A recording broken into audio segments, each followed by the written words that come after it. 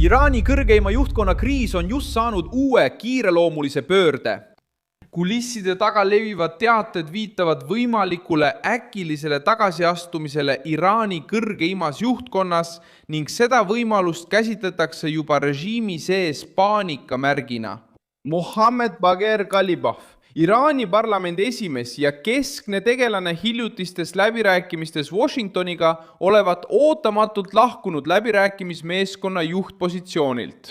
See uudis vallandas laupäeval 25. aprillil 2026 meedias tõelise plahvatuse, toimudes üha nähtavama sisemise võitluse taustal diplomaatide, pragmaatiliste poliitikute ja revolutsiooni kaardiväe vahel.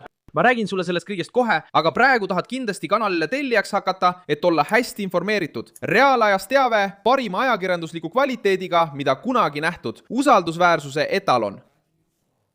Mohammed Bagher Ghalibaf on üks mõjukamaid isikuid Iraani süsteemis. Ta on olnud parlamendi esimees alates 2020 aastast, endine revolutsioonilise kaardiväe kindral, endine riikliku politseijuht, endine kaardiväe õhuväe komandör ja Teherani endine linnapea 12 aastat. Seetõttu esindab ta enamat kui tavaline poliitik. Ta sümboliseerib sidet tsiviilvõimu, sõjalise aparaadi ja julgeoleku tiiva vahel, mis toetab režiimi. Praegu käsitletakse tugeva spekulatsioonina infot, et Ghalibaf olevat loobunud Iraani meeskonna juhtimisest läbirääkimistel Ameerika Ühendriikidega. See tähendab, et ta ei oleks loobunud parlamendi esimehe kohast, vaid hoopis tundlikust ametikohast peamise poliitilise esindajana või juhina Pakistani vahendatud kõnelustel. See võimalik lahkumine on oluline, sest teda peeti kõrgetasemeliseks vastaspooleks läbirääkimistel. Ja tema puudumist uutelt kõnelustelt Islamabadis mainiti kui märki diplomaatilise taseme langusest ja sisemisest võimuvõitlusest Teheranis. Iran Internationali andmetel teatas revolutsioonilise kaardiväega seotud agentuur Tasnim, et Abbas Araghchi ei plaani Islamabadis otseseid läbirääkimisi Ameerika Ühendriikidega, mis suurendab segadust selle üle, kes tegelikult juhib Iraani seisukohta. Kõige delikaatsem küsimus on selle olukorra taga olev põhjus. Tugevaim spekulatsioon on, et Ghalibaf ärritas revolutsiooni kaardiväe komandöre, kui püüdis tuumaküsimust Washingtoniga peetavatesse kõnelustesse kaasata. Režiimi ühe tiiva jaoks võib tuumaprogrammi arutamine olla läbiräägitud lahenduse algus. Kõva joone pooldajate jaoks kõlab see nagu alistumine. Ja kui ümber piiratud suurriik hakkab sisemiselt vaidlema selle üle, mida võib või ei või läbirääkimistele tuua, on märk selge. Välisurve on juba hakanud struktuuri lõhestama. Seetõttu muutus Ghalibafi järsk tagasiastumine nii tugevaks hoiatuseks. Ta oli mõjukas tegelane, kellel oli poliitiline mõjuvõim, ajalooline seos julgeolekusüsteemiga ja võime suhelda erinevate Iraani võimutiibadega. Kui isegi keegi sellise taustaga tõrjutakse läbirääkimistelt kõrvale, tähendab see, et revolutsiooni kaardivägi tahab otseselt kontrollida kokkuleppe piire. See pole enam ainult välisminister, kes räägib. See pole enam ainult president, kes üritab aega võita. Kaardivägi tahab otsustada, mida Iraan aksepteerib, mida ta tagasi lükkab ja isegi seda, kellel on lubatud režiimi nimel rääkida. Samal ajal reisis Abbas Araghchi väikese delegatsiooniga Islamabadi. Avalikult esitleti seda reisi kui konsultatsioonide vooru Pakistani ametivõimudega, samuti ringreisina, mis hõlmab Muscati Omaanis ja Moskvat Venemaal. Kuid reisi ajastus paljastab palju enamat kui tavaline diplomaatiline päevakord. Islamabadis on tugevad turvameetmed.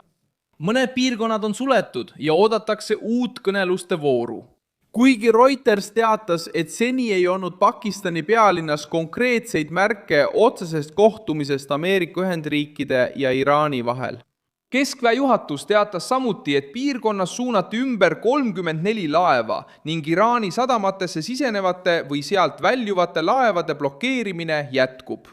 See tabab Teherani eriti tugevalt, sest takistab nafta normaalset liikumist. Blokaadis saab seega majanduslik ja psühholoogiline relv. See pingestab režiimi rahandust ja näitab revolutsioonilise kaardiväe sisemistele liitlastele, et vastupanu hind tõuseb. Režiim püüab reageerida, väites, et suudab endiselt Hormuzi väina kontrollida, kuid ka see kaart on muutunud ohtlikuks.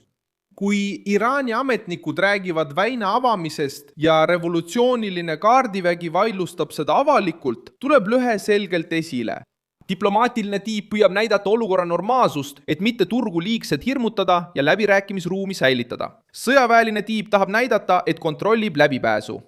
See sõnumite konflikt on laastav, sest maailm näeb, kuidas valitsus räägib üht ja selle komandörid ütlevad teist. Ülemjuhi olukord muudab selle pildi veelgi tõsisemaks. Levivad teated viitavad sellele, et Mostafa Khamenei on endiselt avalikkusest eemal. Teda ümbritseb meditsiinimeeskond ja kitsas nõunike ring. Selle käsitluse aluseks olev aruanne väidab, et ta olevat saanud raskeid vigastusi.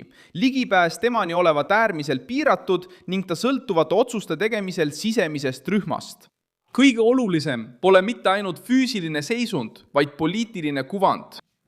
Ülemjuht, kes ei ilmu avalikkuse ette, jätab mulje varjatud, nõrgenenud ja teistest sõltuvast võimust. Suletud režiimides on kontrolli näiline olemasolu peaaegu sama tähtis kui tegelik kontroll. Kui juht kaob, hakkavad kuulujutud levima. Kui kuulujutud levivad, püüavad komandörid rohkem esile tõusta. Kui komandörid võtavad rohkem ruumi, jäävad tsiviilpoliitikud tahaplaanile. See ongi täpselt see, mis praegu näib juhtuvat. Revolutsiooni kaardivägi ei kaitse mitte ainult režiimi, vaid asetab end režiimi ellujäämise üle otsustajaks.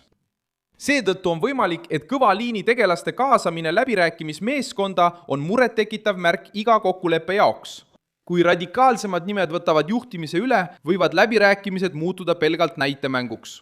Nad võivad kasutada neid vestlusi aja võitmiseks, sanktsioonide leevendamise taotlemiseks, püüda säilitada tuumaprogrammi ja hoida mingit mõju hormusi üle. Aga vaevalt nad nõustuvad sügava järeleandmisega enne, kui nad pole testinud, kui kaugele Ameerika Ühendriigid on valmis minema. Ja Washington, arvestades ümberpaigutatud mereväe suurust, näib olevat valmis ootama ja blokaadi tugevalt peal hoidma. Probleem on selles, et aeg ei mängi Iraani kasuks. Blokaadi kehtides hakkab kinnipeetud nafta tekitama ladustamisraskusi. Vanu naftavälju ei saa välja lülitada ilma tootmisvõimsuse kaotuse riskita. Kui tootmine peatub, võib kõige taaskäivitamine hiljem nõuda suuri investeeringuid ja aega. Kui tootmine jätkub ja nafta välja ei liigu, täituvad mahutid. See on majanduslik lõks. Ja kui majandus satub lõksu, satub poliitika samuti. Revolutsiooniline kaardivägi sõltub rahast. Tuleb maksta sõduritele, ülal pidada miilitsaid, toetada piirkondlikke võrgustikke, rahastada liitlasrühmitusi ja tagada sisekontroll.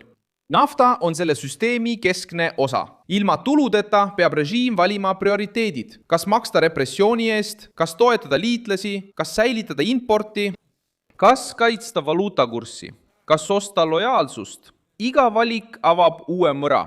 Ja just sellepärast ongi Ameerika surve nii tundlik. Kalibafi teatatud tagasiastumine saab seega millegi suurema sümboliks. See ei ole lihtsalt ühe nime lahkumine meeskonnast. See on pilt režiimist, mis on kaotanud sisemise harmoonia, kõige halvemal võimalikul hetkel. Trump ja tema meeskond näivad seda olukorda mõistvat.